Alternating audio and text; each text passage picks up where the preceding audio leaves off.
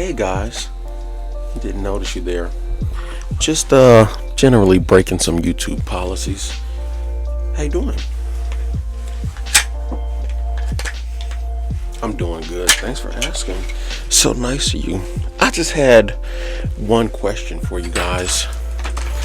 Did you know that you guys are in some type of fringe radical group, whether it be left or right? Did you know that? You didn't know that? Well, according to the FBI, you are. If you like this flag or this flag, you're in a group.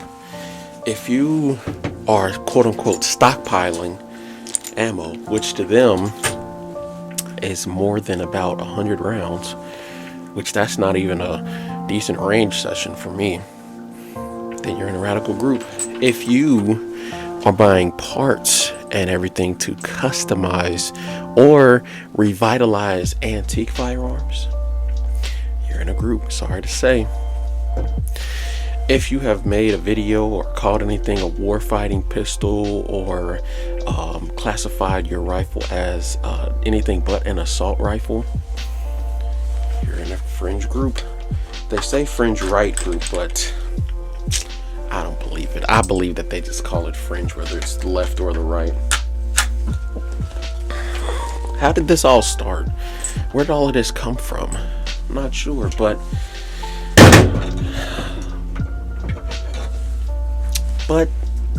I do want to know, does just owning this make me somehow more innately able to hurt somebody that's in my house?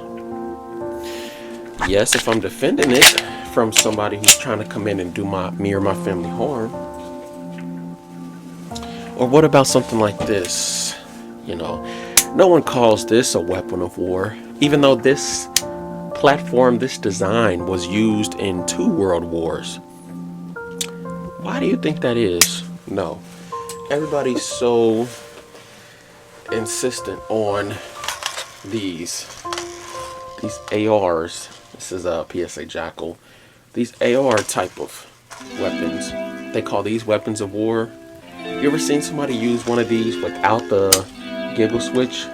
Without the fun switch on there for war? Don't think so. You can ask all combat veterans. They all are using M4s, which are not legal to the civilian population. So why do the untrained people and unauthorized to take weapons from the people, why are they so convinced that we have weapons of war? When in fact, I'll show you, this gun right here has been in use in more wars and more small, factions around the globe, the AK platform, than the AR and anything else combined. This is still the most not regulated, but the most circulated platform around the world, especially overseas and in Africa and in Asia and all of these Middle Eastern countries that I cannot name. Why is the AK not looked at so crazily? Because this, when I think of war, this is what I think of. I think of the AK platform. Why is that? Because it's used in all of these smaller countries and it's so readily available because of the surplus that was made after the last World War. ARs didn't even exist in the last World War. They had the M4 type of, with the fixed iron sight and stuff. Somebody will correct me when I'm wrong. All of these new type of weapons have been, collected and brought about in the later wars, the later ages. But like I said, it doesn't make sense to me that the 1911 was actually in 2 world wars. It was in it and used in 2 world wars, but nobody calls that a pistol of war. And this is my theory. This is why I think that this is coming into play. They want to make people who have weapons look crazy, like something's wrong with them, so that they'll be casted out from their communities. And when it is time to collect them, people will gladly snitch on them. They will gladly, hey, I don't know if this is relevant information, but Sally over there, she's been hoarding 4 rifles.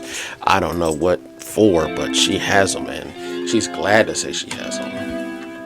And then before that will come the confiscation. There'll be some shooting, and then they'll be like, well, just like Australia did, look up their thing, their prime minister saying that they don't need weapons of war anymore. They gladly took them away, and they was like, well, since there's been a couple shootings with them, nobody needs them anymore at all. And so the inevitable will happen where they declare nobody needs them because of a shooting. And they'll declare that nobody needs them because of shootings that have been happening, and shootings are always going to happen.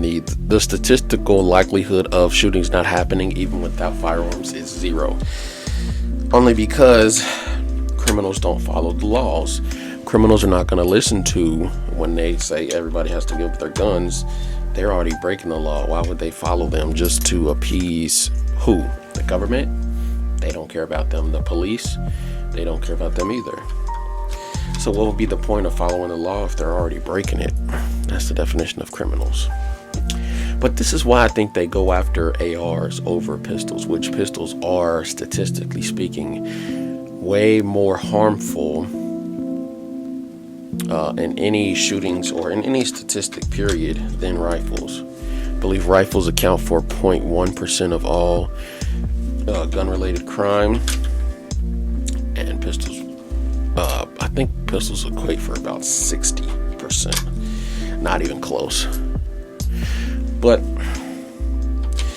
if you could take away the AR is like the most sought after platform. It's definitely the most popular in the US. I would say Glock and the AR is like tied, depending on the month you look at.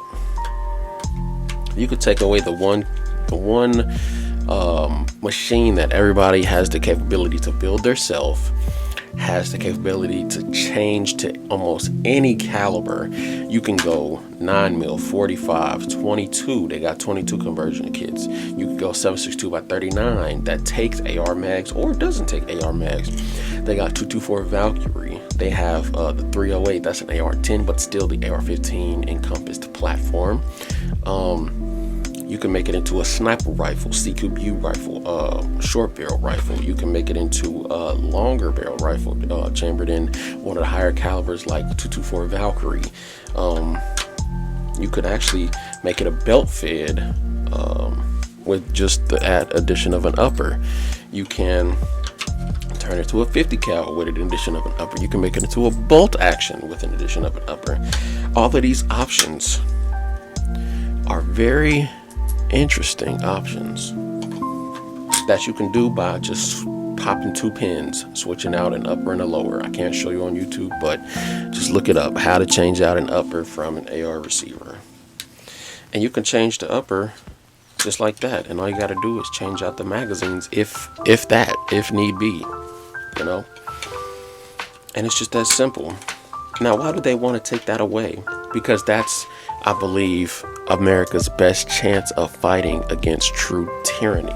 If they were to ever go door to door, or if they were to ever try to go door to door, that would be the one they would go for first, because the pistols would be easy after that. Pistols are lower caliber, 90% of body armor protects against pistols, and it would be a cakewalk to take the pistols, because there are less of them too. There's definitely more rifles in circulation just in general, because after you take the ARs, I believe these either going to be the pistols are next, or the antique rifles. They're going to try to take all semi-autos, and that includes all pistols and rifles.